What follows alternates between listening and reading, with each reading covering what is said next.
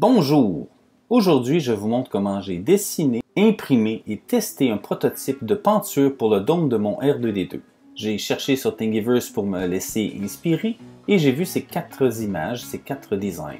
Le premier design est intéressant, par contre, je trouve qu'il prend un peu trop d'espace à l'intérieur du dôme. En plus, la partie de la peinture qui pousse la porte est maintenue par le centre et ce n'est pas une bonne idée, je vais vous l'expliquer dans quelques instants.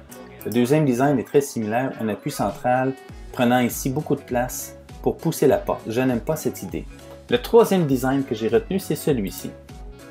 Si on regarde la troisième image, je vois qu'il y a à l'intérieur du dôme des accessoires de R2D2 et les accessoires peuvent passer dans l'ouverture parce que la peinture est appuyée droite et gauche plutôt qu'une partie centrale. Alors l'idée d'avoir 2 bras, c'est ce qui m'a intéressé. Le point que je n'ai pas aimé dans ce design, c'est que la partie du cerveau moteur, qui est, soit dit en passant, assez gros, la pièce est assez grosse, est fixée directement après la peinture de la porte et ça me contraint, je n'aime pas cette contrainte.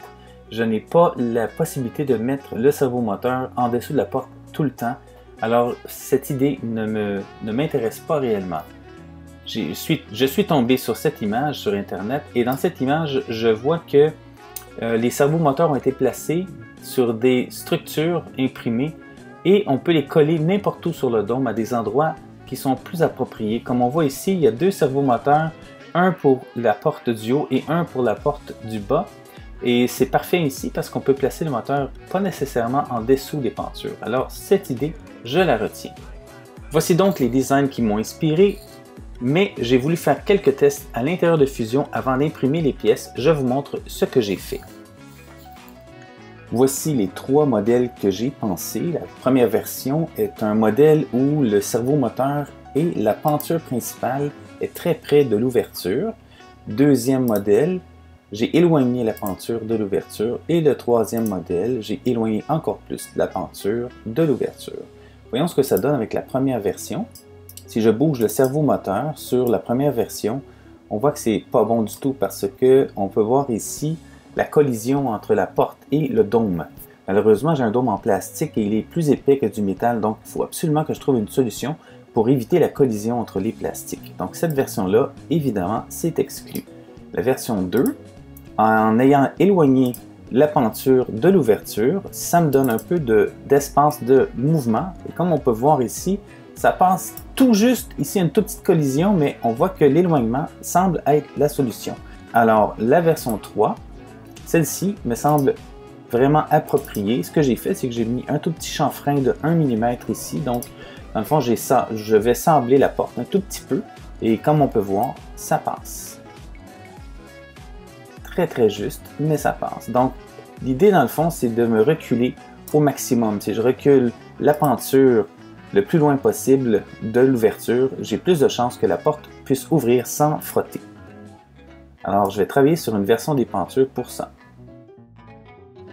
Et voici un time-lapse de quelques heures réduit à environ 30 secondes.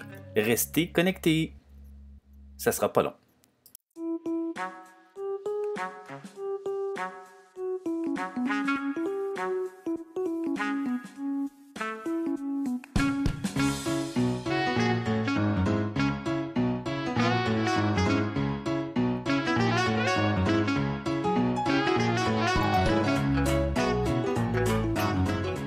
Voici mon design une fois terminé.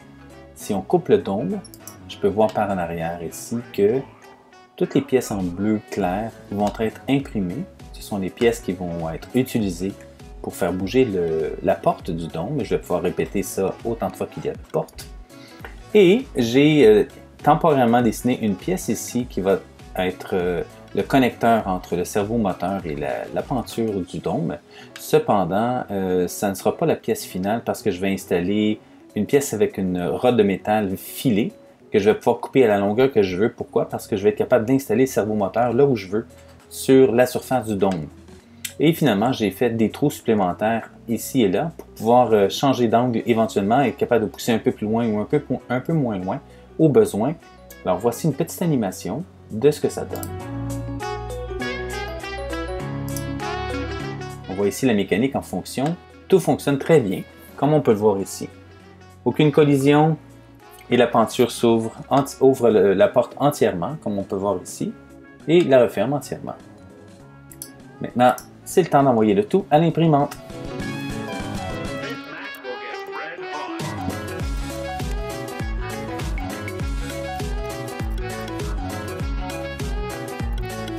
Tout a été préparé, il est temps d'envoyer ça vers la Forme 2.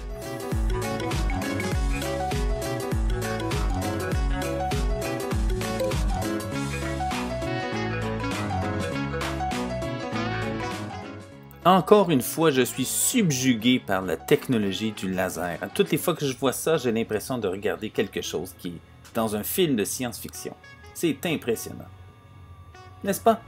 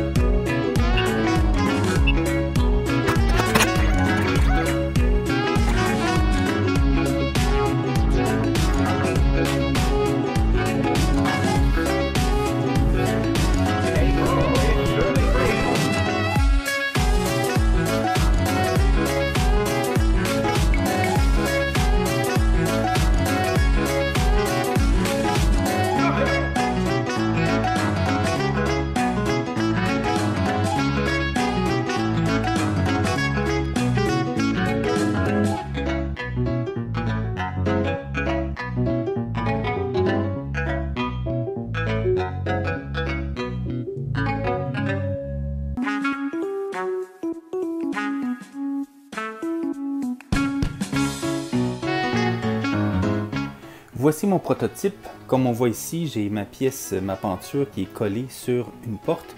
J'ai temporairement collé la pièce avec du butyl pour que je puisse faire des tests d'ouverture et de fermeture. Et j'ai collé la pièce de plastique noir sur le dôme encore avec du butyl. Alors, on va voir ce que ça donne avec l'ouverture et la fermeture de la porte.